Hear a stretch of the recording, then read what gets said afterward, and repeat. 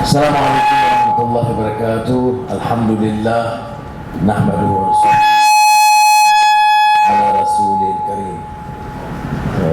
Fauzan, Jamil, Dr. Zia dan kawan-kawan, terima kasih atas kesudian hadir dan satu penghormatan dan satu tradisi yang baik yang kita kembangkan dalam CPIT sekarang, iaitu menyegarkan wacana ilmu dan menggalakkan pemikiran yang lebih kritis. Now, dear colleagues, I'm of course, as always, delighted to be here to join you.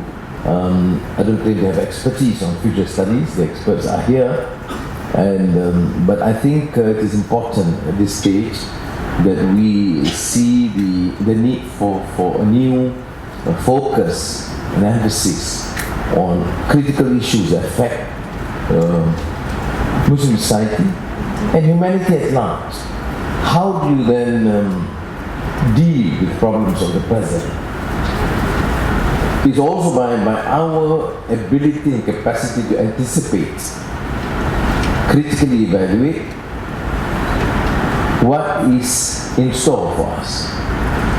Many of us thought initially future studies, probably I must admit that we inherit a sort of understanding and culture that this is something that we can't actually predict, like a good economist.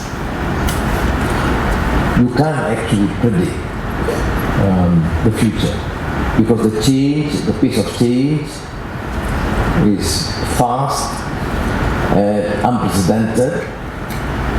But that to me is a fatalistic view, because there are, on the contrary, the issues that we need to understand and comprehend. We know exactly, for example, the issues of environment.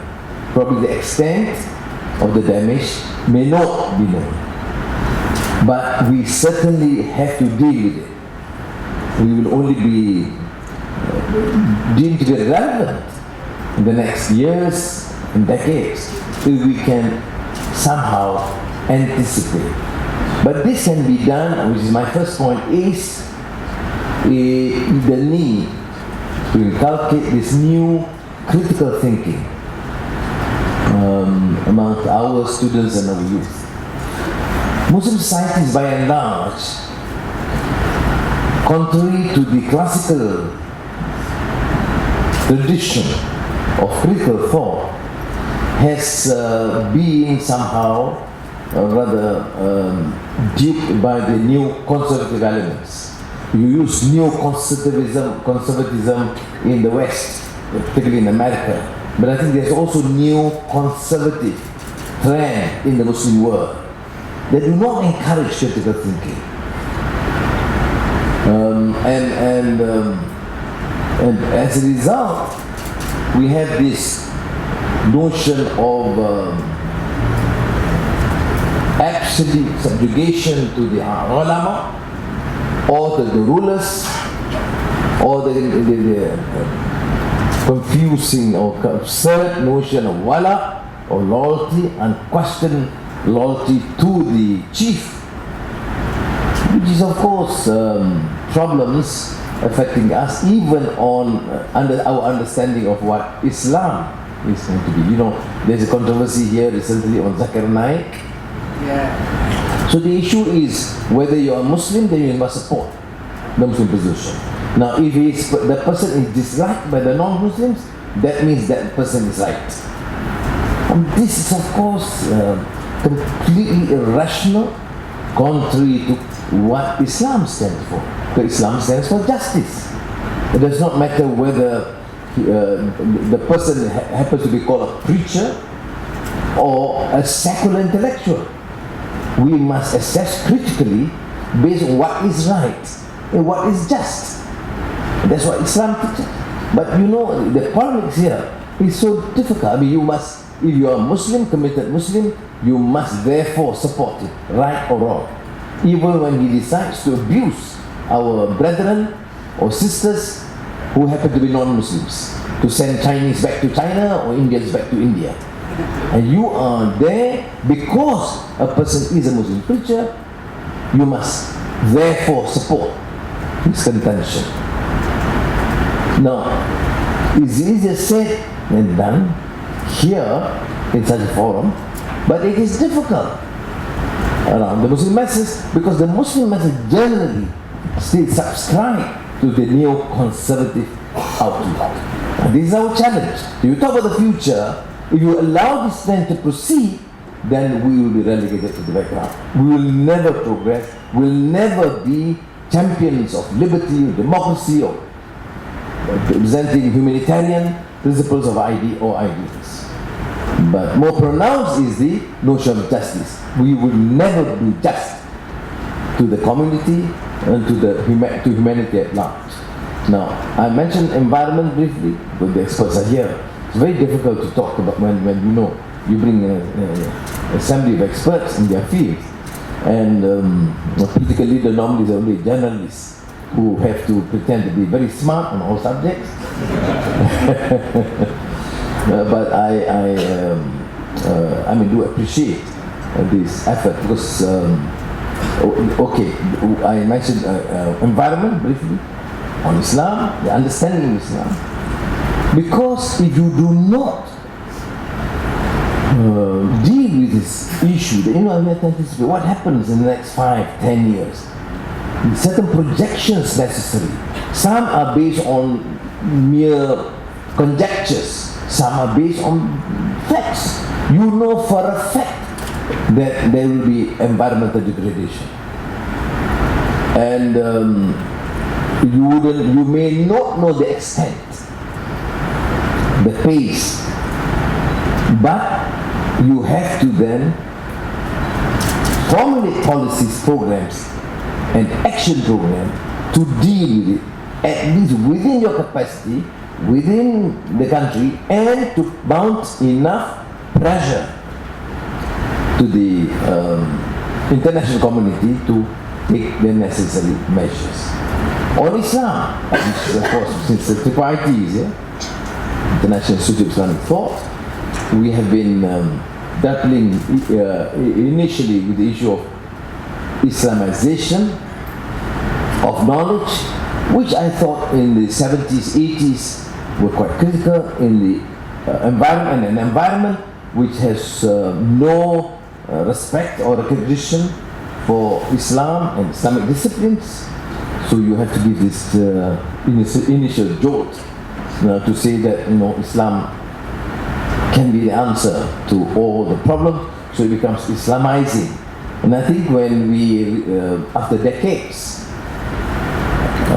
we need to review this approach, we realize that actually what we need is integration. Knowledge is knowledge. We have faith, aqidah, we have akhlaq, ethics, which is quite a missing dimension, not only in secular Western societies, but also in Muslim societies. I know in government it's for sure. Ethics is in deficit, in serious deficit. Never mind the rhetoric, but in terms of action and programs, it is missing. So we then formulated the whole idea of integration of knowledge, because as you know, we will be able to appreciate change and disciplines and knowledge and scholarship.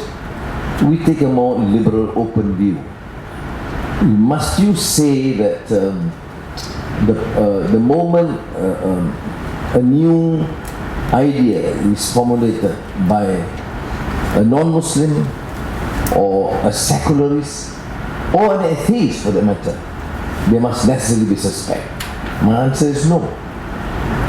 You must take knowledge as it is. The only difference, I must say, is that we have a very strong ethical values and dimension to present the Muslim viewpoint. So I think that is why from Islamization knowledge, we now emphasize on integration of knowledge.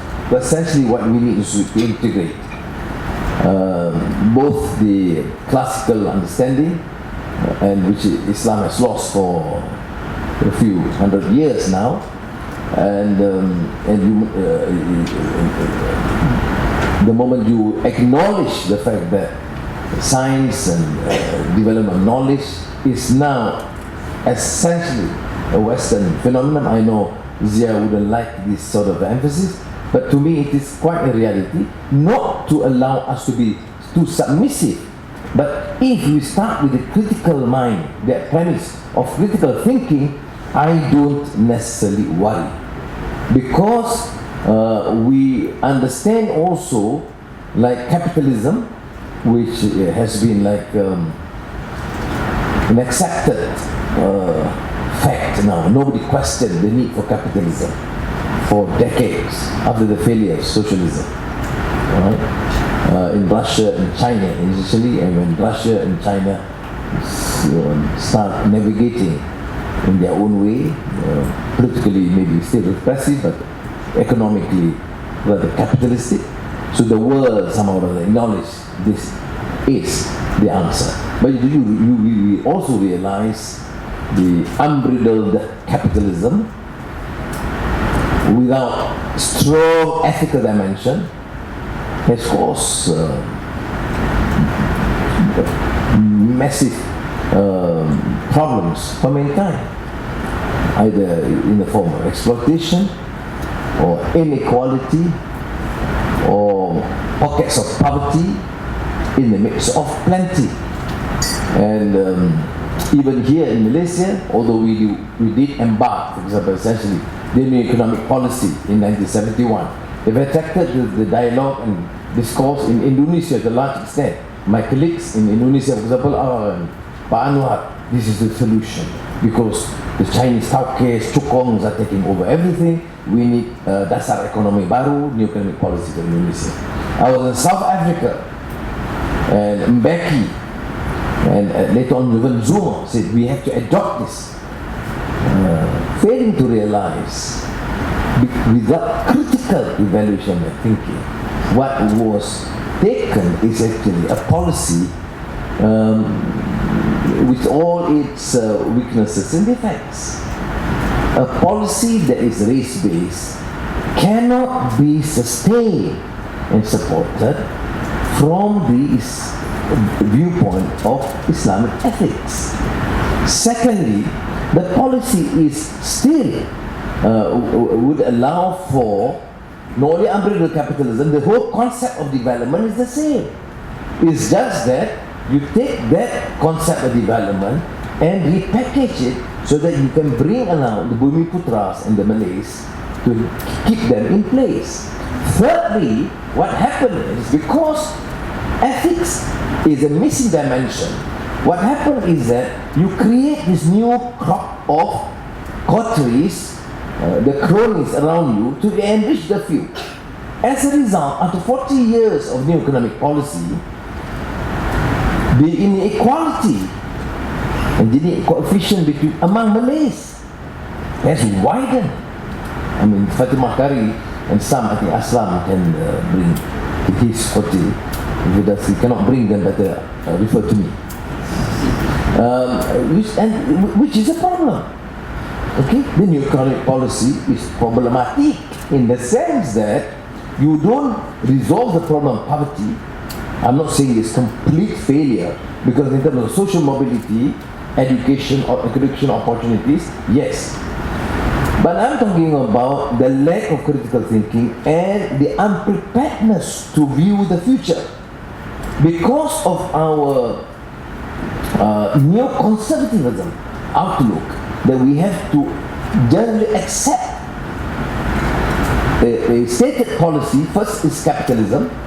Second, it is an attempt to assist the Malays. Therefore, it cannot be accepted without question. If you question, you become a stooge of DAP these days. I had to inform them, emphasize this point, that I started criticizing the new economic policy when I was Abid president. In a speech in 1979, long before I joined UMNO, not too long, few years. Okay? So it is not because of my position now that we have a multiracial party and support from all communities, that we suddenly change course. But why did I, in 1979-80, started criticizing 10 years after neo-economic policy was introduced? Firstly, it's very difficult for a committed Muslim who believes in the idea of justice and humanity to then support strongly a race-based policy. Now, this is different. I mean, I am strong in terms of, very strong. I'm probably among the political leadership now, strongest in terms of dealing with issues of poverty and inequality. Okay. And criticizing unbridled capitalism and the fact that the plundering of seas. I even went to Penang to support the fishermen and the communities there against massive reclamation of the 3 small islands in Penang, which caused, of course, problems. I had to politely suggest to the government to review their decision to proceed with the Lynas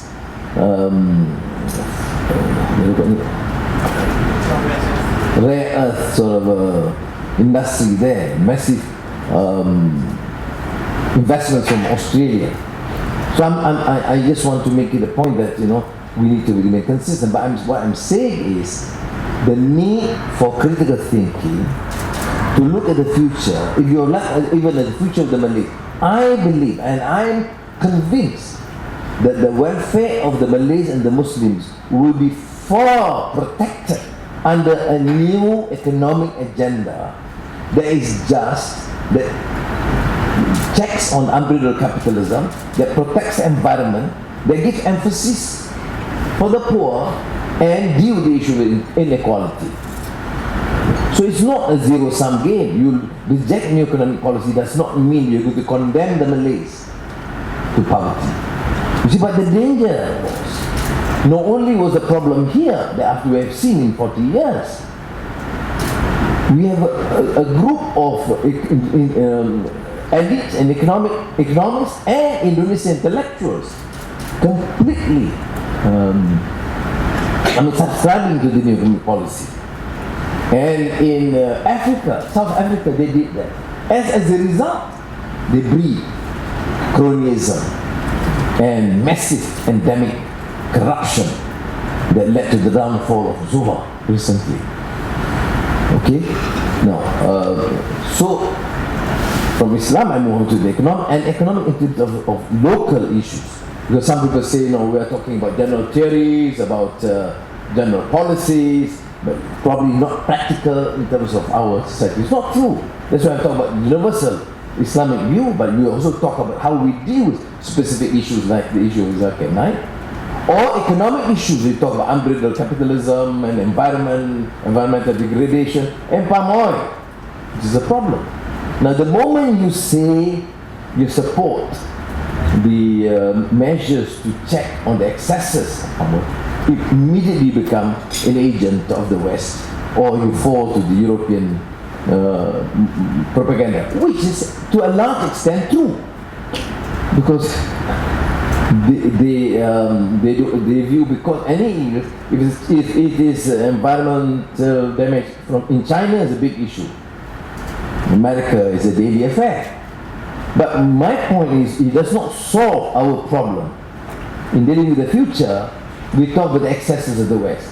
It reminds me of Maryam Jamila's Western society, Western civilization condemned by itself. I mean, it's a good thesis, condemning the West. Okay? It's just like Huntington condemning the rest. It makes a little difference, you know that?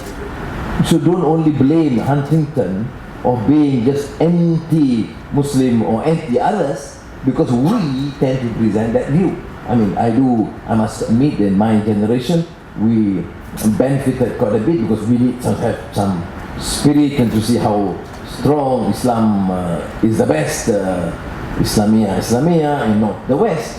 So that would help. But then, without critical thinking, accepting that, we realize there are flaws in the argument. Right? So that is when it comes to Islam. And back to the oil palm plantations, I must say, I have been strongly urging the government to stop oil palm, particularly in the peat soil, because peat soil is probably emits the highest carbon. Apa dia panggil? Yeah, carbon. Emission of carbon, yeah. One of the highest. So I think we don't need to be apologetic. We just will stop this. We'll continue with on palm because it's our economic survival, but we should go on with a massive reforestation. But we defend the conglomerates, the big urban companies. You see? And the moment we criticize, we become anti-national. So therefore, the narrative, we are talking about the future. Because if we continue this, we will then we'll have to deal with the problem of environmental negative impact, and there will be cost to this. So I think there are issues I would like to raise, essentially to impress on you that without critical thinking, we can't proceed. And which means, even when you listen to these lectures, I know some of them, they have strong views, and they are quite adamant in their views, so you please challenge them. And that's how you learn. And I benefit immensely from them because we learn through arguments and discussions. But we have to protect the adab because that's also an essence that we need to observe. Now, we have little time. If they want to ask a few questions, okay? Yeah. Can we cut short the protocol and then ask questions? Difficult ones, Zia will answer. I'll answer the easy ones. Okay. Open the floor. Yeah, the last, Shazwan.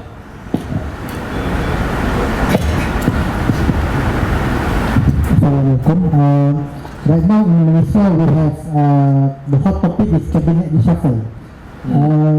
But when we're not talking about that, but we talk about the futures, and in the 21st century, especially in your experiences and what you aspire in the future of Malaysian government, is there ever need a cabinet at all, cabinet ministers?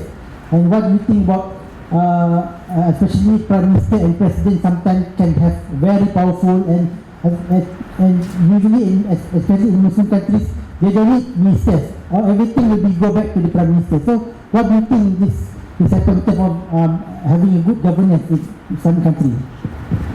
Well, this is a reform government committed to institutional reform. I'm not part of the government. I've chosen, my decision was not to participate because I think that Tun Mahathir and the present team manage the affairs, but then we are also tied to our manifesto and our commitment. First, institutional reform, which means the over-centralization of powers to the Prime Minister's office need to be dismantled. To a small extent, this has begun, but we need also a quantity of effective cabinet members. Most of them were opposition leaders or academics. So a lot needs to be said. To be seen, to see an effective change. We have in this country, because of this new cabinet, they seem to even quarrel among each other on policies. They don't understand the issue of collective responsibility, need to discuss in cabinet and decide collectively. So there are problems too. I think that's why Mahathir wanted to, it's not reshuffle, it's actually shuffling. because the reshuffle would mean changing portfolio or having new ministers. He said no, it's only probably taking away some of the other powers and transferring to some of the ministers. I don't know. But to me, what is important is when I assume office, I think of course I must ensure that we do mature in this. We should have more credible cabinet members, and we should be clearly, because to me democracy comes only with democratic accountability. It's just not the powers and decisions and pronouncements, but you must be totally accountable. My position, for example, anti-corruption drive. Yes, we have been more effective anti-corruption drive, but our efforts have been more towards the past administration. You can see one after another being charged, and you can see daily trials affecting former leaders of government, particularly the UMNO leaders. But my preoccupation is that I'm not protecting them. I think let due course take place in courts. But what is important is to check excesses now in this present administration, because you can see still this display of opulence and extravagance, the whole tradition, the culture, the UMNO culture of massive or huge amounts of funds for entertainment, for travels. To me, this has to stop.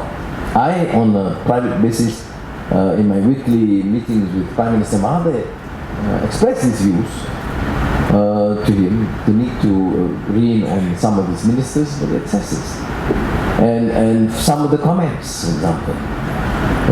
A minister came out with a statement to say like, well, the Chinese, are given too much already.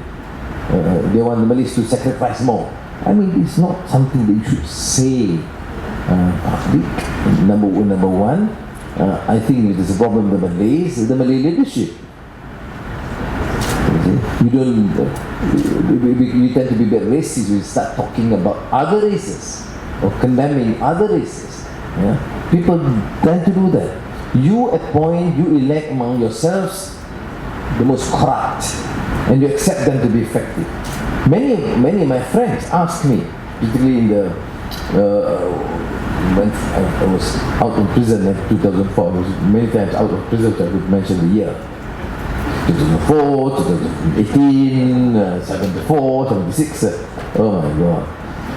Anyway, my friends ask me, how do you then work with secularists and anti-Muslim political leaders like Karpal Singh, Kip Siang?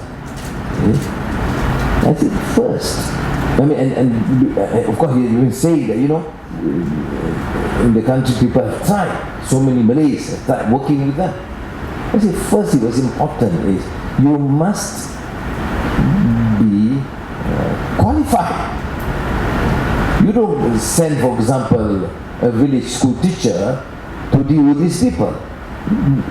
No prejudice or condescending position. It depends. You want to talk about the rule of law, judicial independence, free media, or distributive justice, economic terms. You must read and be prepared. Because what is my intention for the future? You want to be to deal with the smart guy, not only in Malaysia, but in the West or in the East. We must be profound. We must be prepared. We must be intellectually acute. That's the point that we in the present government have to deal with. I don't see the problem in Malaysia, for example, just because of the Chinese dominance or Chinese economic dominance. I think it's a reality even for the small population in Indonesia. Chinese control the economy, which means there's a flaw in the economic policy, because we have government after government blatantly corrupt. They cannot take a stand and position to ensure that there is a fair distribution and participation from all quarters. Every single major decision on contracts or privatization are given to the cronies. Thank you very much. Alright? Yeah. Ravi. Then that's my, yes. Ravi. Yeah.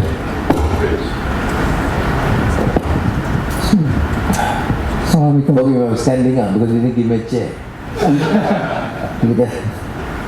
Now you, for example, you speak in the morning. This, I think, Zia will fail.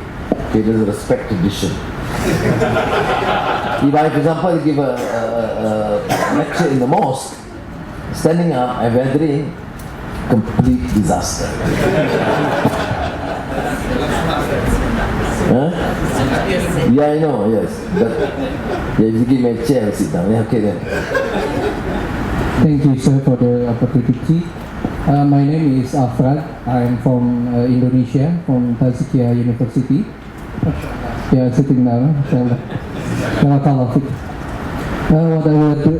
What I would like to ask is regarding our nation relation and among other Muslim relation.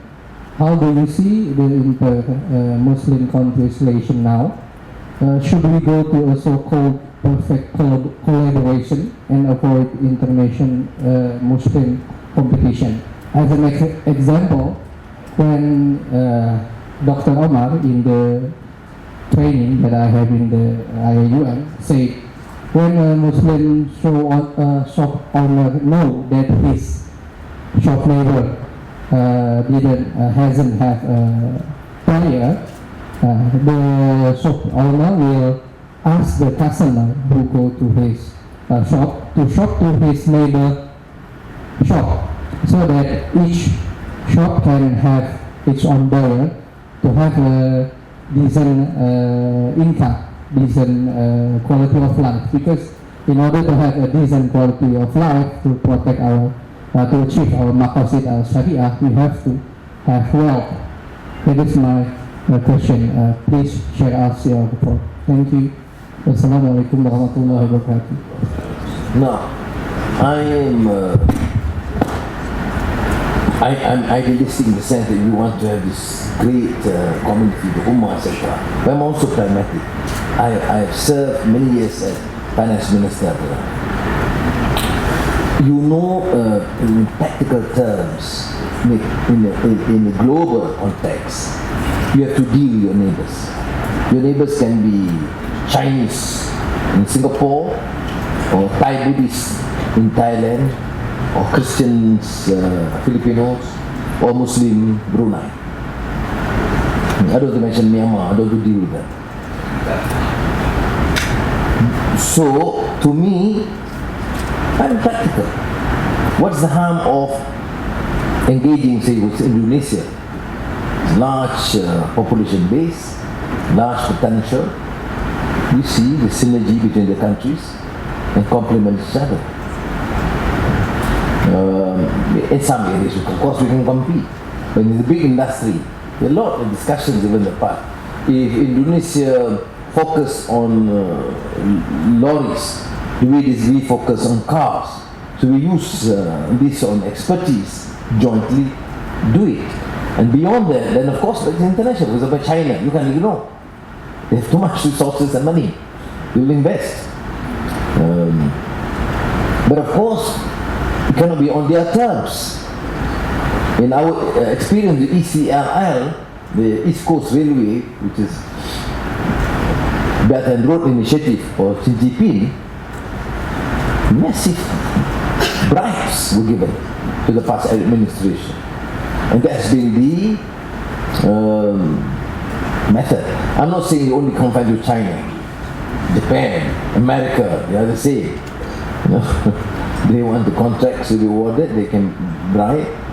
I remember in Malaysia, we wanted to buy 2 frigates from Yarrow Shipyard, UK. And there have been streams of visits. Minister of Defense, Deputy Minister of Defense, Secretary General, Minister of Defense, General after General. I made 20 visits, playing golf and looking at the ship, etc. And of course, the cost will escalate. There's a big battle. I was Finance Minister battling against the then Defense Minister, who happens to be Najib Razak. So you see the problem. So that I think again answers the question that there are, for global economic international relations and business and investment, we need to be first to be able to consolidate our position, to make sure that we have clear groundings and ethical and moral principles, that people know you and respect you for that. People say it's difficult. I appreciate, yes, it is difficult. I want to share you something very, very dear. When we had a TPIT board meeting at Awana. Awana is in Genting Highlands. I was presided by Sheikh Taha, Abdul Hamid was there, myself, Yaqub, Dr. Tondi, Hisham, and this former education minister from Jordan. Can you remember? Very, very dynamic reformist in education, and so he survived only for 1 year as Minister of Education. He was talking about a lot of reforms at that time.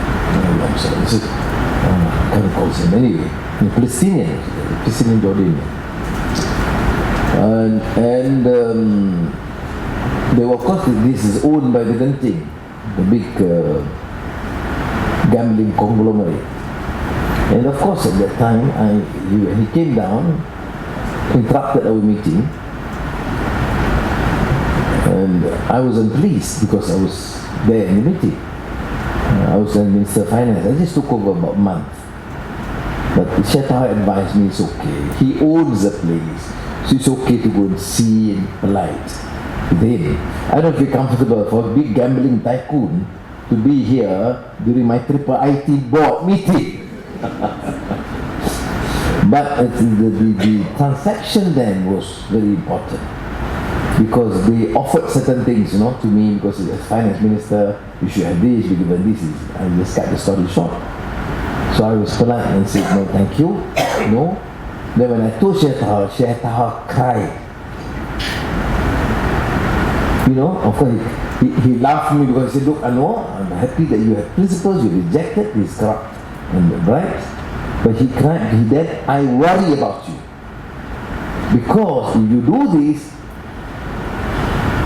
however polite you are, you have created enemies among the top conglomerates, and this will then be the whisperings among the top guys, the rich conglomerates, that this guy is difficult to deal with, he refused to take money, and therefore he'll be too strict. So I'm not too discouraged. I survived. Okay, I survived jail after that. But I survived. I mean, it's not me personally, but if many of us share that position, those in the party, in civil society, in universities, have this awareness, that yes, we want to change for the future, but we have to prepare this ground to have people with such ethical principles and incorruptibility. Then we can deal with the subject. Otherwise, we can talk about this policy, but I've seen so many swallowed by the powers that be. Okay? But the final note I'm saying, yes, we can. Also, Erbakan, is it Erbakan? Najibuddin Erbakan proposed this B8. The Muslim countries, Indonesia, Malaysia, Pakistan, Saudi Arabia, I don't know whether it's Iran, with this new trade power. I was polite. But I told Abdullah Gul, who was a senior political chief or advisor, I said, Abdullah, it's not practical. Firstly, these countries are completely in a mess. Poor economic policy, poor management, corrupt leaders, and there is a problem with legitimacy. Whom they do represent? The leaders can claim to be leaders in Muslim countries. Whom do you represent? No election. Even there are elections, it's fraudulent process. So why do you talk so much about this Muslim Ummah cooperation, collaboration? Just do it. I mean, Tun Mahathir had a very successful visit to Turkey, and they made decisions, made key decisions on trade, investments, education together. I think that's more practical. I tried very hard when I was minister and the deputy prime minister working with Indonesia. The large increase of trade investments by tapers down, of course. But that is more practical to me than talking about this regional cooperation or Muslim collaboration. Now, talking about our concern for the welfare of the poor and neighbors, of course we need to do that. Both Islamically right and also for practical considerations. You have poor neighbors, you have a problem. America deals with the issue of so-called legal immigration because of the faulty policies. I mean, you have to be just in terms of trade relations and empower your neighbors. Otherwise, you will continue to have problems. We have right now more than 4 million foreigners in Malaysia. Yeah, for a population of 30 million, that's huge. In Kuala Lumpur, very soon, I mean, it's now 1/3. Some workers, some illegal workers, and some we ill-treat them. We treat them as modern slaves. A few raped. Of course, today is one charge against a leading state minister in Perak. Okay, next.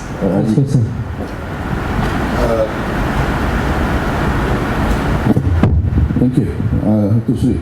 You really caught my interest, and I'm really touched when you talk about Islamization of knowledge, moving from Islamization knowledge to integration of knowledge, and the need for strong Africanism to move to the future. Now, my question is, I'm ready for, strong ethics moving towards the 21st century. Now, the issue now is, I would like to have your comments on what is your insight about, because as it is now, with the new government, quote unquote, they say more liberal, more democratic, but people are using this situation for their personal agenda and for fitnah and so forth. Now, what is your insight? Because we need a strong ethics, not only for the leadership but in the community with this current liberalization. So can you just share with us what is your insight moving towards this situation, current situation? Thank you. We are used to authoritarian rule for decades, right? And once we open up, we liberalize. Of course, people tend to express themselves, and the society and even the leadership is not ready. I remember in Indonesia, the first phase after Reformasi, Habibie was still president. Immediately we had groups wanting to legalize LGBT and pornography. It was a huge debate. But I think therefore the country, the society and large, I don't think we need to be to subscribe to Western secular view. I mean, we have our position on pornography. We have our position on LGBT. The difference is we can't take to the extreme. I mean, you don't go punish people for their orientation. You can punish them if they display publicly, because it is not just LGBT, even normal sex, you can do it on the streets. Because the problem with LGBT, I take the softest line possible.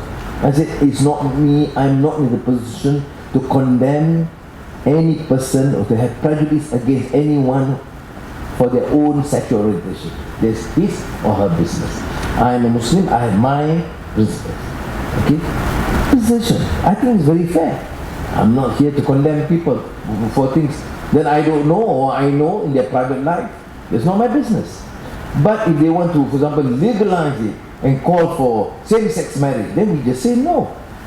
This country is not only Muslims, Christians, Buddhists, Hindus, all reject that. So I think we should be tough on this, on certain moral code. Similarly, pornography.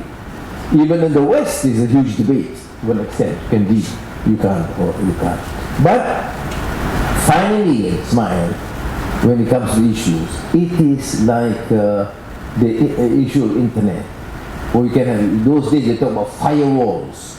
I mean, the firewalls finally has got to be with the family in oneself. How much control can you have in this modern open age?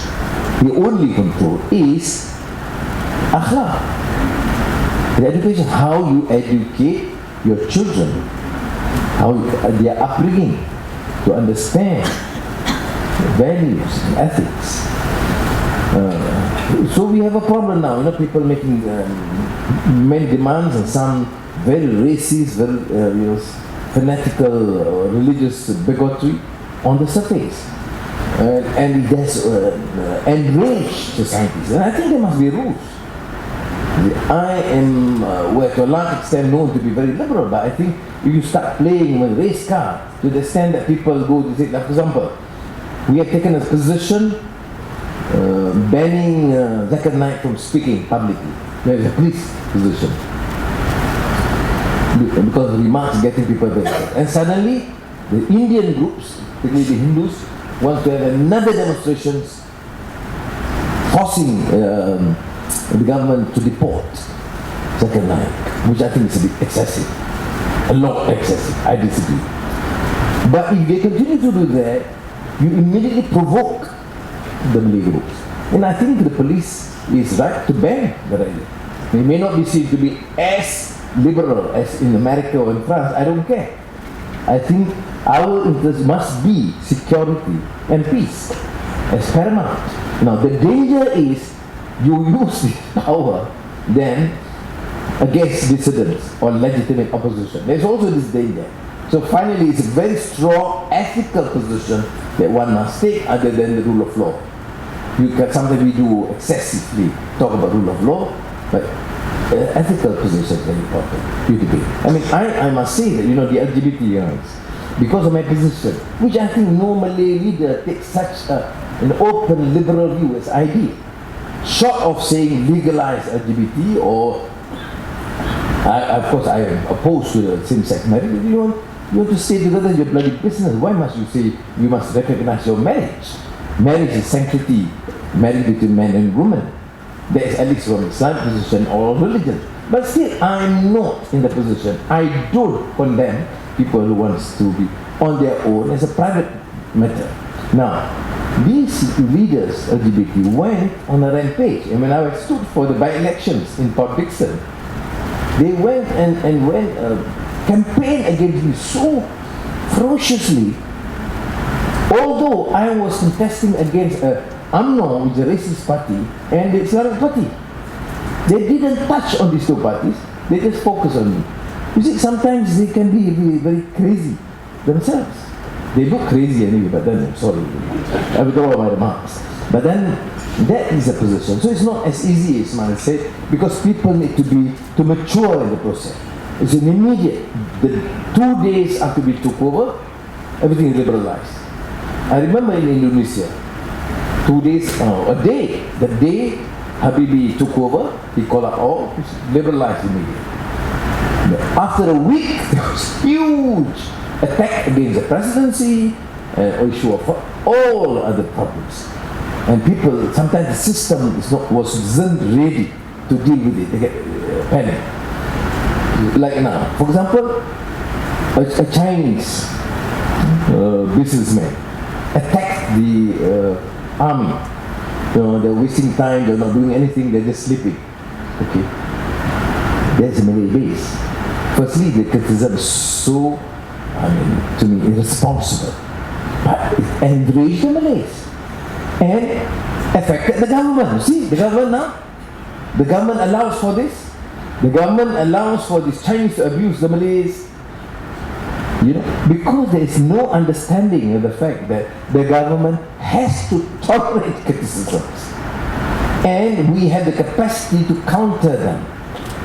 But of course the police call, investigate, but something else. It's beyond me. But what I'm saying is, when we talk about liberal ideas or democracy in practical terms in developing countries, we will have to face this. But I think given proper management of these issues and emphasis on the issue of democratic accountability, I think after the next few years things may be resolved, inshallah.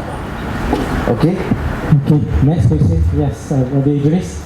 Dr. Anwar, I also would like just to ask a quick question. Looking at the theme here, creating futures from literacy to fluency, what's your point on looking at encouraging and empowering the youth to speak up more, and particularly, let's say, while being in Malaysia?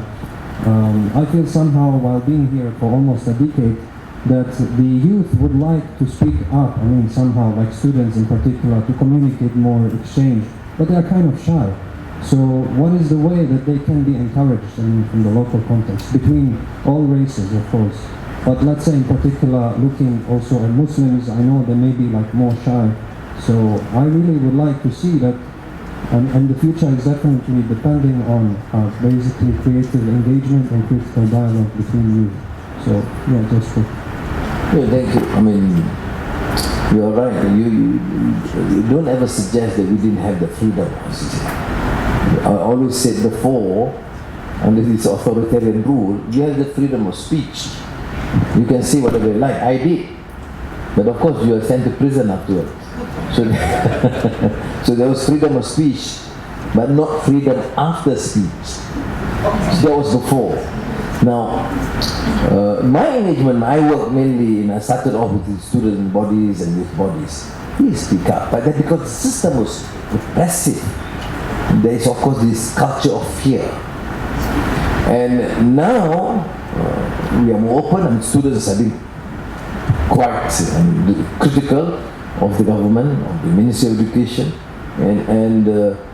but that is not all. To me, we should encourage this critical thinking, but it's also through critical awareness. There's a difference. You just think or you criticize, but to be aware, no matter with proper understanding and issues is important. I think that's the whole idea of having these sort of courses, that you encourage our colleagues who have to expertise in some of these fields, so that you are encouraged to go back to the source, relevant articles, books that you need to read, understand and appreciate.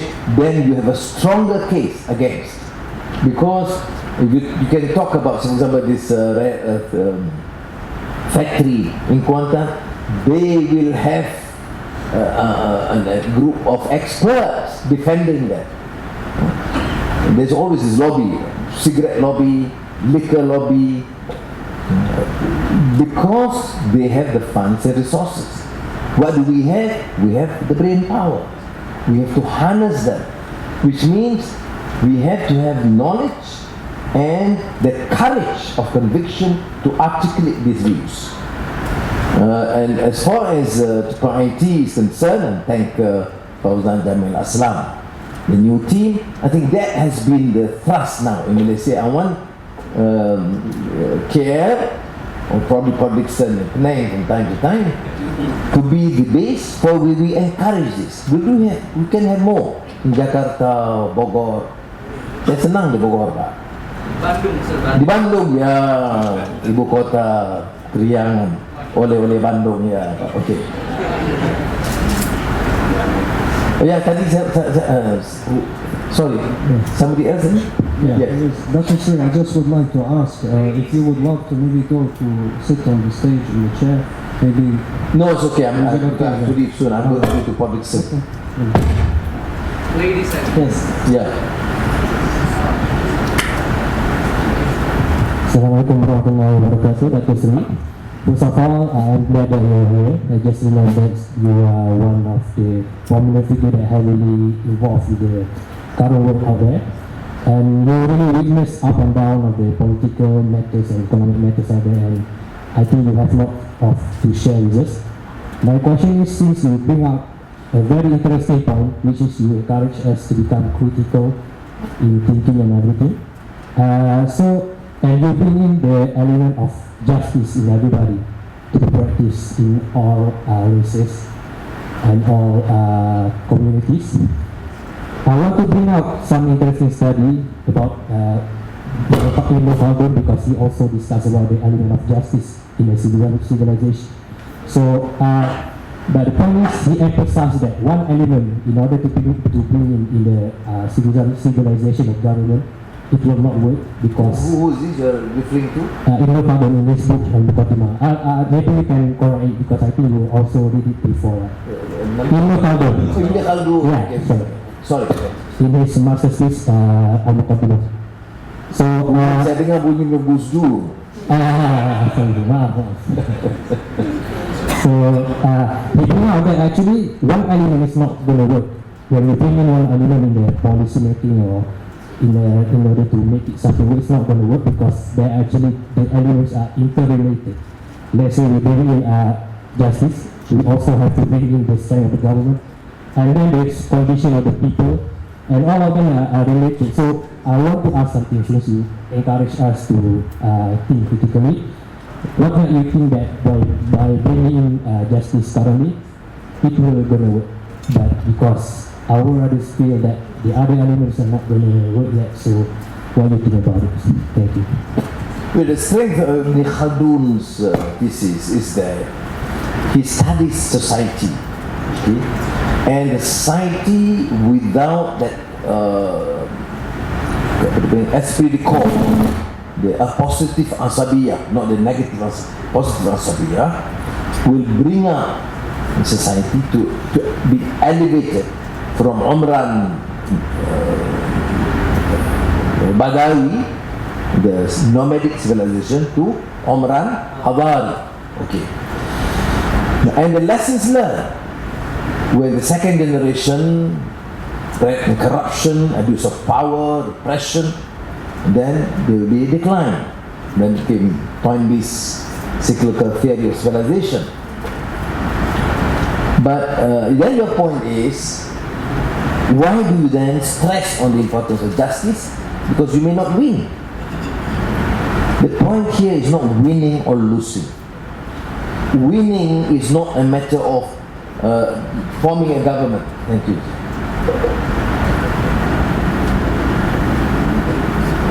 It takes Zia to be more concerned about all these people in the room. That's what brotherhood is about. Okay. You don't be confused. I mean, sometimes you attain power. You look at the history of prophets and sages. Some succeed. Some live in poverty. Nabi Shu'aib died. Okay. I mean, of course, Prophet Muhammad succeeded towards the end. Okay. So it is not a matter of succeeding in that sense. I mean, let me put it away. I'm a politician. I want to succeed. Okay. I'm just too close to a prime minister to say it doesn't matter. It does matter.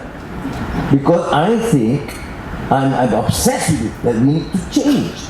We need to ensure that Malaysia comes up with strong ethical principles, strong position on environment, strong vision on our capacity to understand the futures and deal with the issue, futures affecting society. Strong on poverty, strong on inequality. Yes, but then if I don't make, doesn't mean it's a failure. It is creating that awareness because it may be the next generation. I mean, I'm being philosophical about it. Yeah? I don't intend to lose, but I'm doing the philosophy in the wider scheme of things. You must realize, but the principles are there. You can't say you talk about ethical value. You lose. Yes, I know. Even in my party, I have a big battle within. Because you have to deal with people who finally look at the money. Before, nobody has money, so we're all fighting for change. And suddenly, we see this. We are in power. Some of us are ministers. Some have key positions. Some have their big links with the conglomerates. So, we can see this, fragility creeping in. All right. But what do we do? I mean, fortunately, I'm president of the party. I start banging, even if there's some crack somewhere, it does not matter to me. Because we cannot compromise on this idea. After 20 years of work, dedication, sacrifice, by many some have died, some have suffered, many have been displaced, their jobs. Some became just living in poverty for a long time. Ismail knows he is one of the pioneers. But that's the reality. But do you then compromise? No. Mahatma Gandhi used to say, compromise is the art of the devil. Of course, he's not politicians, I mean, in that sense. Politicians must be able to compromise. You don't compromise, you will be turned to be a devil in prison. But I think what he meant strongly is the principles. Don't compromise on core principles. Anwar, do you compromise? Yes. Have you ever compromised? Yes, of course. I did. Otherwise, I wouldn't be able to work with Mahathir. Can you imagine? Zia said it's post-normal times. It is not normal. Anywhere I go, even in private, I was with David Cameron, privately, he said, "Are you sure? Are you sure what?" He says, "Are you sure it's the right decision? Are you sure he's surrendering power?" So, I was lying with Tayyip Erdogan this last 3-4 days. He kept on saying, I asked Mahathir when he's going to surrender power. But my point is, we must be trained with strong desire to be just ourselves and to do justice. That is uncompromising. Otherwise, why do you talk about you becoming a Muslim? How can a Muslim be unjust and inhuman? I can't understand. You can put big turban and big robe and you embrace all the dictators of the world and you say you are for Islam. And you go big zikir and salawat with all these tyrants around you. In Indonesia, even many of them here, and many others. Okay, sometimes a matter of a function, but you must realize that you must live. Because to me, how can you have Islam without humanity? Without irhamu man fil ard yarhamkum man fis sama, no compassion. Without adl wa ihsan, when you hear every Jum'ah, inna Allah ya'muru bil adl wal ihsan. Is it? So it is important that we stick to the core values and principles, notwithstanding we win or we lose. If we talk about future studies, Zia first wrote, I think, in 1980, published here. In 1980, most of us think he's what do you call, absent-minded professor. Talking and arguing, quarreling with people about the future. He said, relax, we have too many problems with the present, don't talk about the future. Yeah, I remember that. Yeah, I remember. I mean, there was a discussion. He was very angry. Of course, he was always angry, but it doesn't matter. Yeah, I mean, and you see, it makes sense. There's so many problems with the present. Why do you worry about the future? I mean, there was an immediate reaction because there was 80. Now you realize, actually, you anticipate the future. You actually deal with the problem of the present. You critically evaluate, understand the future. You actually solve present issues and help resolve the problem of the future. That is the strength. But it takes time. It takes decades. It takes more than 2 decades for us to have now a series of training programs on the future studies. I could not even push it strong enough within my colleagues of Triple IT because they see our concern is to get people to understand Islam, which is true, not the future. To have iman and akhlaq and shakhsiyah islamiyah, ma'nawiyah. It sounds nice, it's true, but then after thinking about it, you need that. But you need to also to be able to anticipate, critically evaluate, anticipate and deal with the future and solve now. Okay, next. Dr. Zuri, I would like to begin by thanking you for joining us to answer your question today. So my question, to simply paraphrase what you said, was that you encourage critical Islamic thought. Now, I would like to know what you think how the Malaysian government has done on that, if we've made any progress, and if we haven't, how do you think we can reach a future where the Malaysian government and its Islamic administrations support critical thinking of Islam? Thank you. You want me to quarrel with Mahathir again?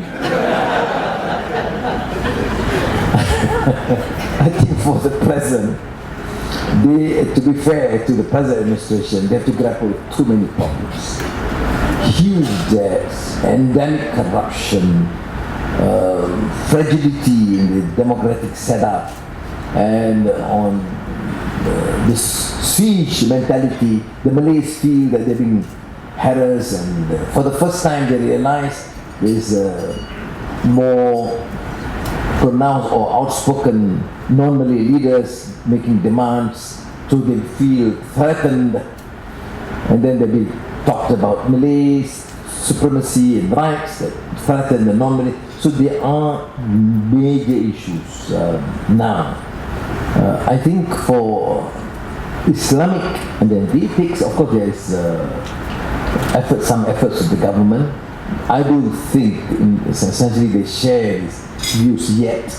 I don't think they see this as a priority, but at least now we have the freedom, okay, to organize, to articulate.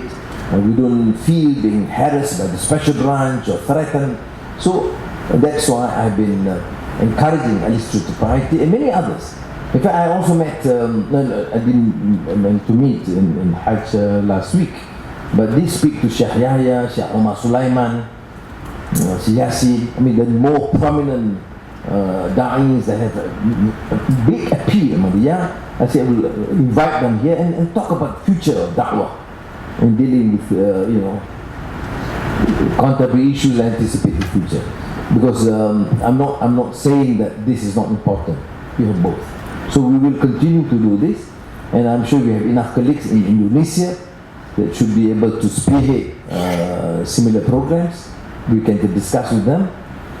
Not too many Muslim countries now encourage these things. Unfortunately, we are in a very difficult situation right now. Can I have last question really for... Assalamualaikum, Datuk Seri. I'm Razak. Just make your little comment on the future of reforms in Malaysia, reading the rise of neo-conservatism in our country. I need the future, my prediction, the future of the reformists need the support from the conservative community. And then if we cannot offer a special program for them, I afraid that the future of our reformist agenda will be collapse, or we will be facing danger in the future. So, for example, for me as a Kelantanese, in dealing with the society in Kelantan, we need a special program for them as reforms. So what's your comment on that? Thank you. Well, I just without very deep contemplation use the term new conservatism. I think Scott, Wendy and Jody and Zia can probably help think about it, whether there's a correct terminology to use.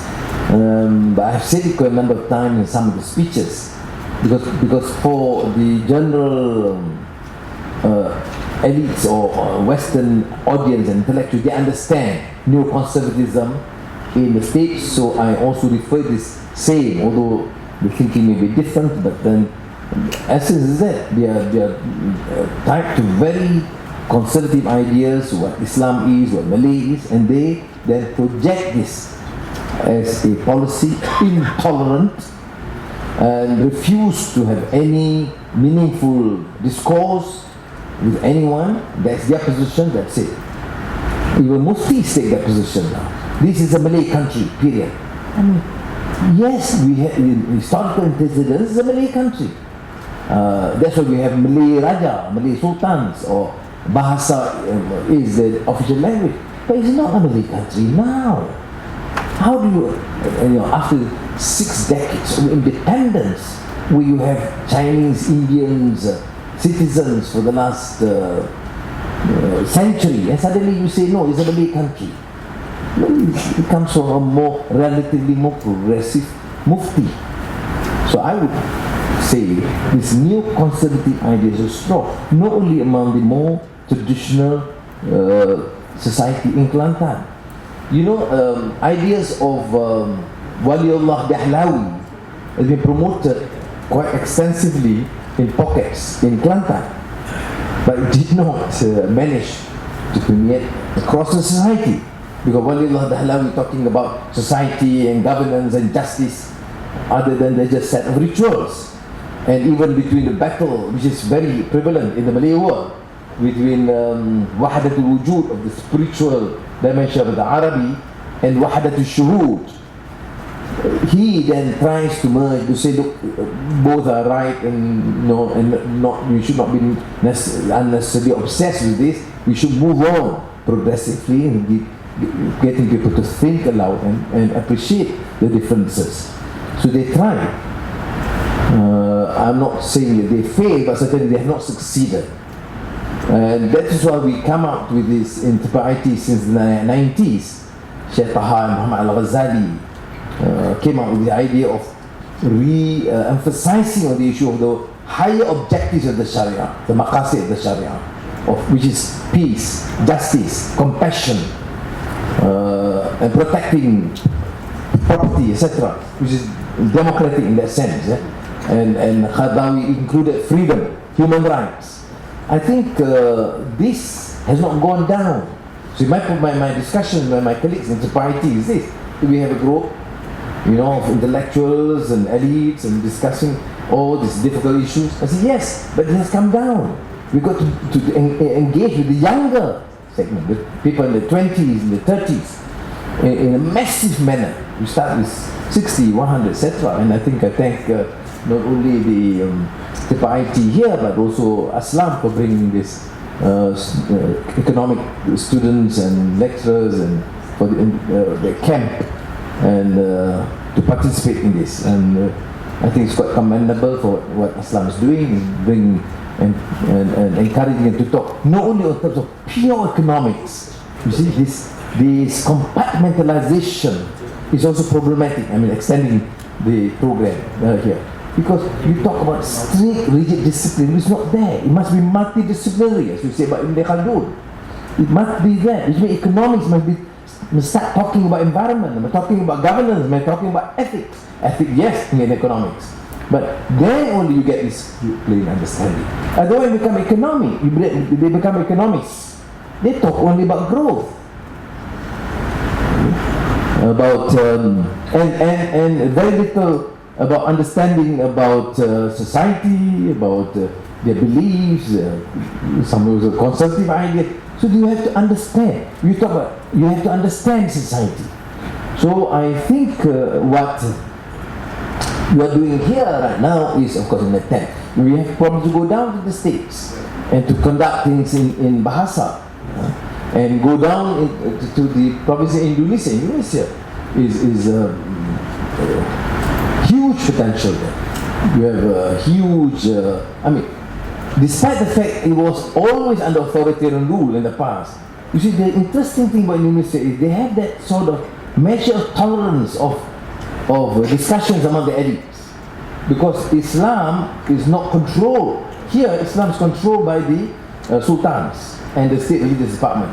It's haram, it's not permissible, no discussion. In the khutbah, in the sermons, for example, in Selangor, every Friday, like today, they will end up by let us now be aware and reject all these infidels and Wahhabis and Shia and Salafi. This is Salafi, Wahhabi, Shia, all condemned right away. I mean, yes, you may disagree with some elements of Wahhabi or Shia, but you can't condemn them together with the so-called infidels. So it is very dangerous. I was with Mustafa Bua, this very renowned Islamic scholar who was here, which is used in all our Islamic academy and most universities in the Muslim world. Texts, including Indonesia, they use this text in fiqh and Islamic law. A discussion in my house with about 15 deans and professors of Islamic studies. So one of them asked about multiracial society. He asked, and the next question was, Sheikh, how do we deal with the kafir in our dialogue with the kafir in this country? His response is very interesting. Why do you call them kafir? Well, they are kafir. I said, how do you know they're kafir? They're not Islam. They're not yet Muslim. So tell them they are not Muslims. But don't call them kafir. But kafir are infidels, those who reject. How do you know they reject? The Quran says. The Quran says about those who reject. The Quran did not say the Chinese are kafir. So you see, it is very interesting. Coming from a traditional scholar, Mustafa Boa, and was direct. He went about 20 minutes. You see, that's the trouble with us. We are supposed to be dying, to appeal, propagate, and to get people to understand. But before you do, you already condemn them as kafir.